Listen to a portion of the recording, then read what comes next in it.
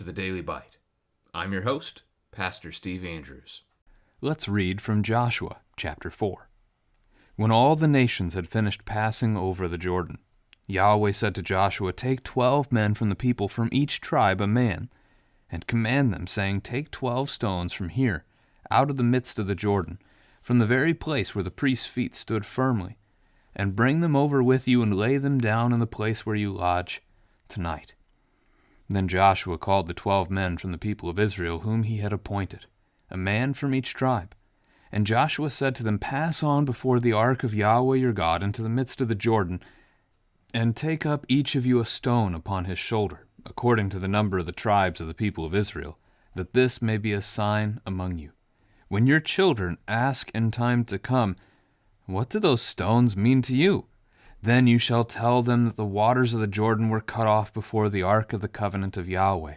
When it passed over the Jordan, the waters of the Jordan were cut off. So these stones shall be to the people of Israel a memorial forever." And the people of Israel did just as Joshua commanded, and took up 12 stones out of the midst of the Jordan, according to the number of the tribes of the people of Israel, just as Yahweh told Joshua. And they carried them over with them to the place where they lodged, and laid them down there. And Joshua set up 12 stones in the midst of the Jordan, in the place where the feet of the priests bearing the ark of the covenant had stood, and they are there to this day. For the priest bearing the ark stood in the midst of the Jordan, until everything was finished that Yahweh commanded Joshua to tell the people, according to all that Moses had commanded Joshua. The people passed over in haste. And when all the people had finished passing over, the ark of Yahweh and the priests passed over before the people. The sons of Reuben and the sons of Gad and the half-tribe of Manasseh passed over armed before the people of Israel, as Moses had told them. About 40,000 ready for war passed over before Yahweh for battle to the plains of Jericho. On that day Yahweh exalted Joshua in the sight of all Israel, and they stood in awe of him just as they had stood in awe of Moses all the days of his life.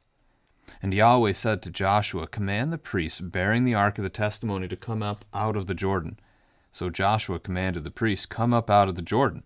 And when the priests bearing the ark of the covenant of Yahweh came up from the midst of the Jordan, and the soles of the priests' feet were lifted up on dry ground, the waters of the Jordan returned to their place, and overflowed all its banks, as before.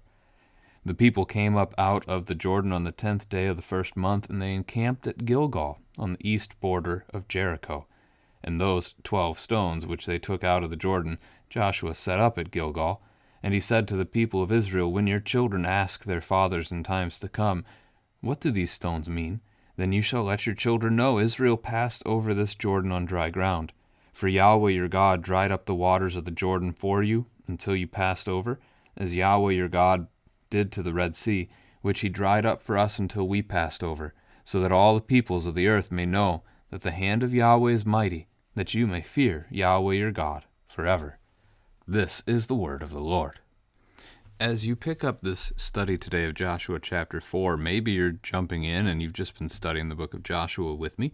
Maybe you've been reading Scripture all the way through, and so you've gone through Exodus, Leviticus, Numbers, and Deuteronomy. This is a monumental moment right here. All the nation had finished passing over the Jordan.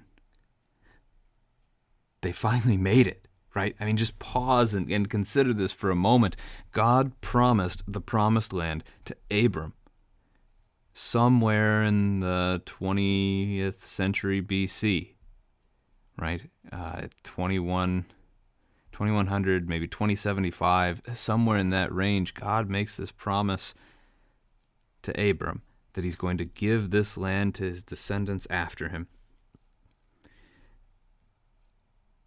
And then you get to 1446 BC, after 400 years in Egypt, and God sends Moses from a burning bush to go to Pharaoh and demand that Pharaoh release God's people to set them free.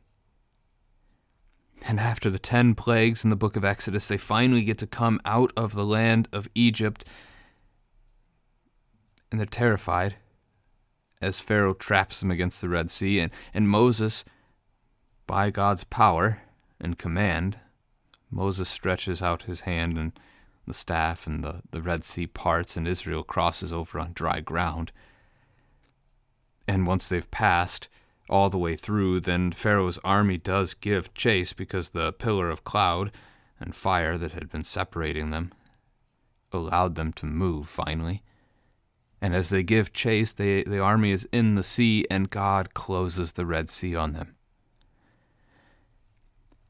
After this, though, the Israelites grumble against God on more than one occasion, and God's punishment for them is that even though they have seen his miracles and did not believe, they will not get to see the promised land, but the children after them, they will get to see the promised land. And so they wander for 40 years in the wilderness.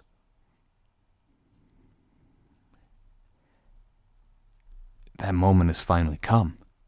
Here it is. They are entering the promised land that the Lord has promised. He has been faithful to his promise, even if it may seem slow in the eyes of men. That's an interesting note, because the Lord Jesus Christ has promised that he is coming soon. And it sure feels slow in the eyes of men. But he keeps his promises. The Lord is faithful. So we wait as they waited, and one day it will come when we get to cross over into the promised land that is paradise, as Jesus carries us home. So we reflect on chapter 3, the idea that God has commanded Joshua to appoint one man from each of the 12 tribes. So you've got these 12 men, and now we get to the point of learning what they're supposed to do here at the start of chapter 4.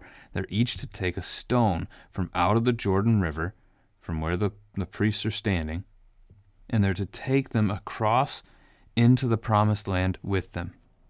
These stones are going to become a memorial, as we see there in verse 7. Pass on before the ark. I mean, the picture we get here, the ark was going to lead the way. The priests take the ark into the river stops. That's what we see at the end of chapter 3. And the entire nation of Israel is able to cross over on dry ground, just like with the Red Sea. But the ark stays in the middle, right? The priests continue to bear the ark in the middle of the Jordan River until the last people have crossed. So everybody's gathering on the western bank of the Jordan River, and then the priests come up out of the river begins to flow again. That's what we see in the text here. But I bring this up now because these men have taken a stone each from the river, and they've brought it up onto the western side of the Jordan, and they're going to make camp. And when they make camp, that's where these men are going to leave these stones. We're not told how they arrange the stones, right? They each take one, and then they place them there. They leave them there.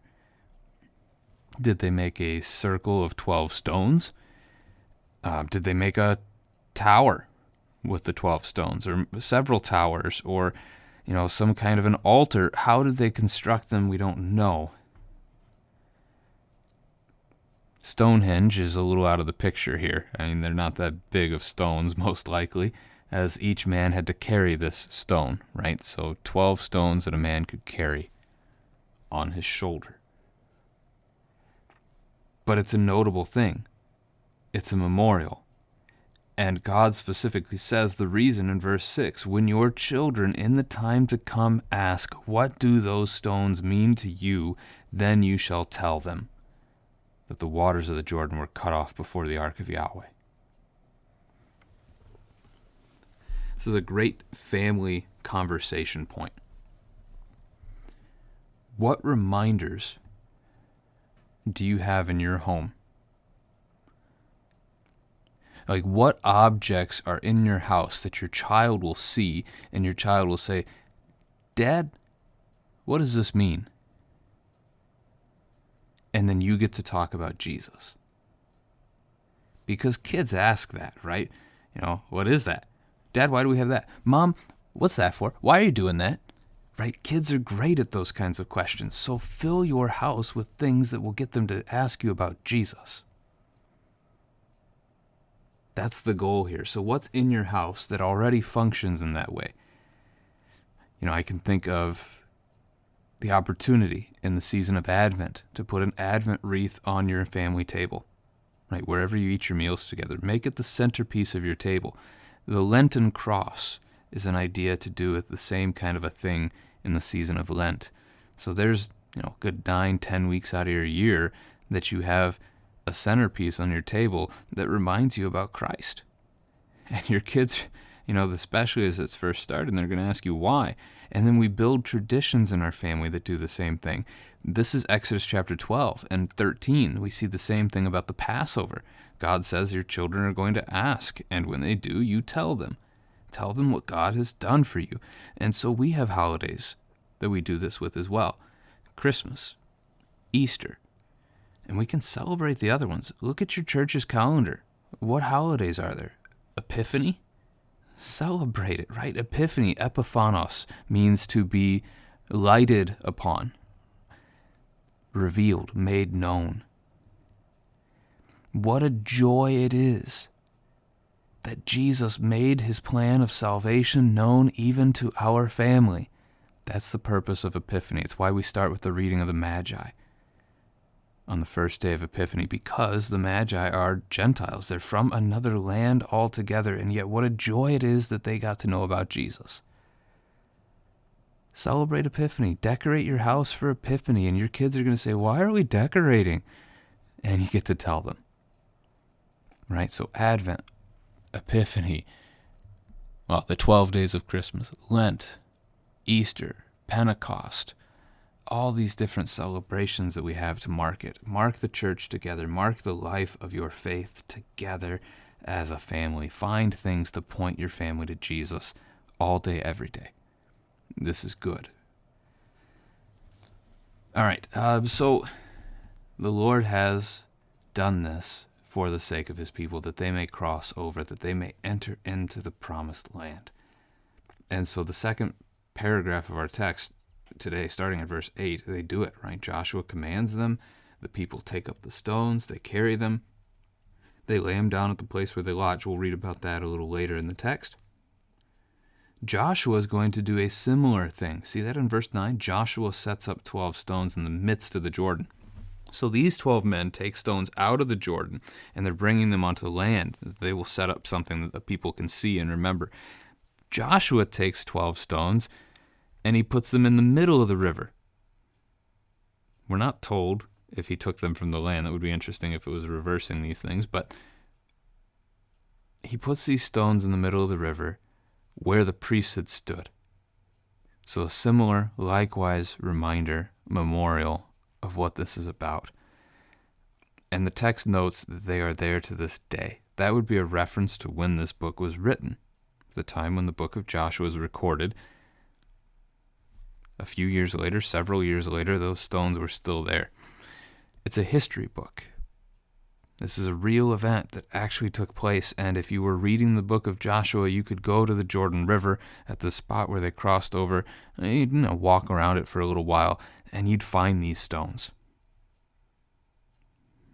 I have no idea. My guess is they're not still there today, but how cool would it be if they were? Anyway, all right, so the priests bore the ark in the middle of the Jordan River. And this is where we're going to learn now in the next paragraph that once the people had finished crossing, once they came out of the river, the ark of Yahweh and the priests, then they came over. So they left the river as well, and they're going to lead the way with the Ark of the Covenant. We do read at the end of verse 10 and the start of the new paragraph, the people passed over in haste. I don't know why. Right, I've got two guesses here. One is excitement, so they're excited to finally enter the promised land. This would be good. This would be a sign of trust. The other, though, is fear, that they see the water to the north stopped up, and they're concerned that what if it breaks? What if whatever's holding that water there stops holding that water there and it comes rushing down the river and overflows the river again, and I'm still in it. My family's still in it. That fear would be a lack of trust. A lack of trust in God to continue to do what he has promised to do, and even to continue to do the miracle that he's currently doing. I don't know which one it is. There's not enough detail here in the text for us to see. Instead, the text just moves on, right? Verse 12, we get the idea that Reuben, Gad, and the half-tribe of Manasseh, they've come over too. So they're fulfilling their promise from Numbers chapter 32. They wanted the land to the east of the Jordan because they thought it looked wonderful enough. This is good. Let us have it. And the promise they made was that they would help their brothers, they would help the other tribes enter the promised land and receive their inheritance as well. They would fight. They would drive out the enemies that lived there. And so they've done it, right? About 40,000 ready for war. At that time of history, 40,000, probably a decent-sized army. A few chapters from now, we're going to see a much larger army than that, though. And, well, I'll leave it for Judges 7. It's a really wonderful accounting of how God is the one who's doing the work. God is the one who casts out their enemies and fights for them. But instead here we see Yahweh exalted Joshua in the sight of all people. So we saw his commissioning in chapter 1, and now here in chapter 4, the idea, basically his installation. God has called him to this work, and now all the people know it. They've seen it. They've seen the miracle, and as they stood before Moses, in awe of Moses because of what the Lord was doing through him, now they're going to do so for Joshua all the days of his life. So they've come up out of the Jordan. We're in the next paragraph here, verse 16, 17, 18. As soon as the priests lifted their feet and came up out of the water, well, there is no water, out of the river bank, right? As soon as they come up out of the Jordan River bank and step onto what is normally the dry ground, that's when the waters are no longer held back and they come flowing back down again, heading for the Salt Sea to the south. The miracle concludes. Then we get to the final paragraph. They come out of the Jordan on the 10th day of the first month. That means Passover is just 4 days away. The Lord has done this event for them right around the start of their new year, right around the time where they remember their exodus from Egypt and how God rescued them from Pharaoh and delivered them through the Red Sea. So there's definitely the connection, and the Lord will make that himself at the end of the chapter. Joshua set up the 12 stones at Gilgal. Gilgal here is described for us as being on the eastern border of Jericho itself. So Jericho is a good-sized city at that time, and Gilgal is between Jericho and the Jordan River then. The eastern border makes it sound like it's a town very close, like right up against Jericho. Maps that you see at the time usually put it a couple miles to the east of it, but I think you can consider it right there in sight of Jericho, right in line with that city, as the text itself would say. And the reminder, well, when your children ask, what do these stones mean? We see that twice in the chapter.